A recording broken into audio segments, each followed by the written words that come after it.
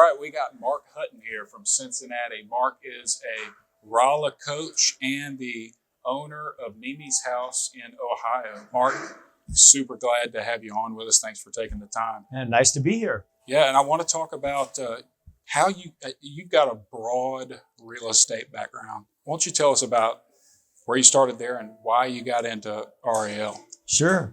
Happy to. So my wife and I started, my now wife, we were just dating at the time, but about it's been 10 years ago now. We decided, we both had our day jobs, but we really decided we wanted to get into real estate. So we bought a little crappy HUD repo house. Our dating was rehabbing that first rental property. And so we turned that into a rental that we still own today.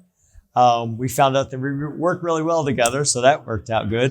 We did a fourplex. Along the way, we got really involved in our local RIA club. And one of those meetings, I found out about how to buy apartments and how to buy apartments with OPM, my favorite thing, other people's money. Right. So we did that for a while. We bought 3 different apartment complexes. We bought a big shopping mall. And along that way, it turned out pretty good. It was interesting, but there's not a lot of heart into it, right? It does the job, I guess, from a real estate investment standpoint, but very much for cash flow. Absolutely. And then at the OREA conference, which is a big nationwide conference, happens to be there in Cincinnati, Gene Garino came and spoke. And just prior to this, my wife Janet had been trying to find a place for her mom up in Detroit, where they're from, who had dementia, had a number of strokes, really was struggling the family, she and her brother were struggling trying to find a place for her mom. And it didn't matter about the money or anything else, it just wasn't happening. So with that backdrop, and Janet working in nursing homes as a speech pathologist for about 10 years, and working in speech with seniors her entire career.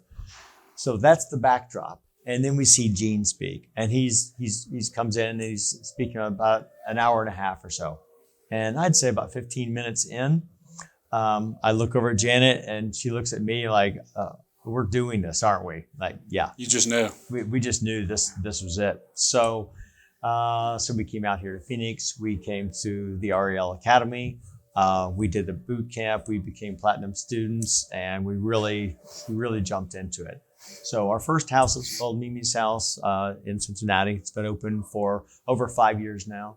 And we always knew we wanted to do more and more. We just finished a brand new build, our third house in Cincinnati. Just got our CO last Monday. And then we actually Tuesday got approval from the city for our third campus. So that's going to be house 4 and 5. Nice. I want to talk about private equity, raising funds for this. You mind telling us how you started doing that in RAL, what the structure was like, what your investors are getting, how the partnership works? Are you doing a partnership? Are you doing a syndication? Just talking about that. Sure. And actually, my money raising started back in the apartment game. So that's kind of where I learned that. Always like to do partnerships before syndication, just due to complexity and that kind of thing. So I've done both. And is that because is it cheaper, or it's just simply simpler? It's simpler and cheaper. So a partnership, for example, we did that on a 16-bed home we bought 2 years ago up in Cleveland area. It's not branded Mimi's House, but it is one that we own with another partner. And so it was a simple partnership. So in that deal, we brought 4 investors into the deal. They own 30% of the deal. Their expected cash-on-cash return is about 20% with that split. And we, as the deal sponsors, retained 70% of the deal and offered the investors the rest. So that one is a work in process. It was an older home that needed a lot of rehab and work. So, but anyway, so that's kind of an example of the partnership. On the syndication side, we took what we learned in the apartment space and applied that to this. And so the very first home we did 5 years ago, we did SBA financing. And the cash we needed, we put that in ourselves, right? We were really kind of doing that true proof of concept. And so we put about $200 of our own cash into that deal, right? That's going very well. We learned that our 8-bedroom RAL home, our first home's cash flowing about twice as well as our 40-unit apartment, which is why we're now actively selling our apartment portfolio. Yep. It's just a better investment all along. We get so much love from the families and the residents at Mimi's house, and it's so much more rewarding. I've got buddies doing mobile home parks and other apartments and car washes and different things. Very interesting, potentially very lucrative. None of them have the heart. So that's why I love and why Janet and I are so involved with the RAL Academy now. Back to the syndication, which your question. No, I think it's great you bring that up. I mean, you're able to make very good returns, but you're having an impact on a lot of people's life. And that's not to be overlooked. And there's not many asset classes where you can do that. So I'm super glad you brought that up. Yeah, and it's absolutely true. The first home was eight bedrooms, been open 5 years. We probably had, I don't know, maybe 30 or so residents through there in 5 years. But it's not those 30 people, and you are impacting those 30 people, but it's giving the caregivers an amazing place to work, right? They're not stuck one caregiver covering 40 people in a big box, which often happens. Also, the peace of mind you give in the families, it's truly amazing. So the impact you're making is far greater even than just one resident. That's great. Now I want to pivot back to the private equity side. Yeah, sure. Unbox something you said. You talked about a 70-30 split, 70 going to the operator, 30 going to the passive partners, which is just kind of a basic blueprint.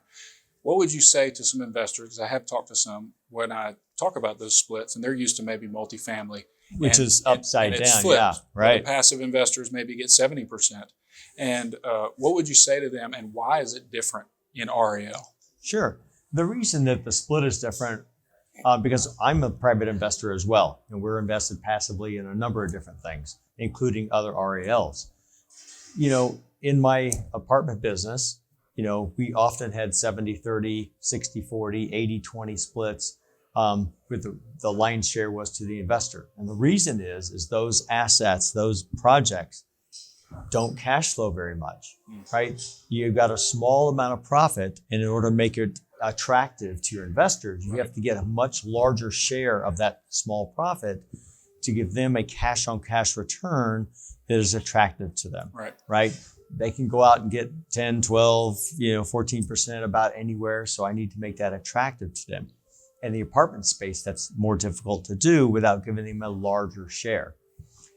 In reality, in my opinion, and I've been successful at this, the investors don't really care what the share is. They care what the cash on cash return is. That's what matters. So it really is, right? Yeah. So if I can show my investors, as we just did, I finished a $2.8 million raise last year. Congrats. For our next 4 RAL homes, really big project in Cincinnati.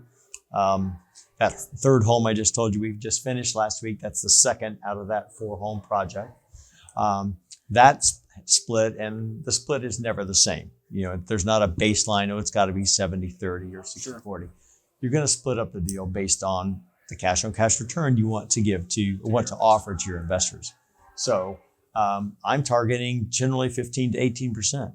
And for most of my equity partners, that's a very attractive return to them. And that's just the cash on cash. That excludes the equity piece. And hey, we're building a business from scratch. We've got brick and mortar and the house and all that, but we're building this business that will become worth millions, and they own their share of that as well. So to be clear, it's just the cash on cash for some guys that may not understand. That's not including if you refi and pay your investors out. Absolutely. So that can double or triple or who knows? So you think about this.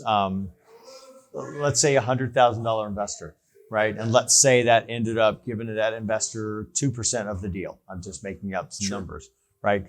So they have 2% of the cash flow. And you're right. You're absolutely right. Any capital transaction, whether it's a sale or a refinance, when that happens, they get 2% of that equity piece as well. And in my deals, they might be set up differently, but my deals, that goes on in perpetuity. Even if I refi until I sell it. But, if I refi a couple of times, because I don't plan on selling these. These don't get sold very often. These aren't traded often like commercial apartments are, right? Typically 4 or 5 years, they're trading hands all the time. So But yeah, that shared doesn't, or that cash on cash return excludes the equity piece. Which is very powerful. It certainly can be, absolutely. And the way I structure my deals anyway, that's going to go on, for a long, long time, many years. That's a good blueprint. You can just rinse and repeat. Absolutely. Yeah. Absolutely. Last question I have for you. What would you say to somebody that may not know, specifically a passive investor or a limited partner that may be dabbling in multifamily self-storage? What would you say to them that they don't know about RAL? What would be the benefits? Why should they look into it? I think one of the things that they may not know about residential assisted living is the demand for this product, right? Whatever your asset class you're looking for, car washes or mobile home parks, et cetera, the demand for residential assisted living is off the charts, right? We have about 1.2 million assisted living beds in the U.S. right now. We're already almost 1 million beds short today, right? And that's just with the baby boomers aging, that's just skyrocketing. I literally did the math. I could build a big box facility and open a 200 bed facility every single day, not take care of the nationwide demand just in the U.S. Wow. Okay, so the demand is off the charts. We're getting into this kind of in the early stages of this huge, what the Academy calls the silver tsunami, right? And so when you're considering different asset classes, consider what that demand is. Yes, people are always going to want to wash their car, but they don't have to. They're always going to want an apartment to live in. Yeah, they need that, right? But everyone's going to need, and not everyone needs assisted living, right? But of the people that are, there's frankly millions of them, and the demand is just going to go on until, I believe, 2052. Right. So for many, many, many years. The wave has not even crested. No, not even close. Yeah. Not even close. And so getting into it now, especially with equity piece, depending on how your particular deal gets set up, could be monstrous. That's great. Well, Mark, thanks for your time. Absolutely. Glad to have your expertise on this, and really appreciate it. My pleasure.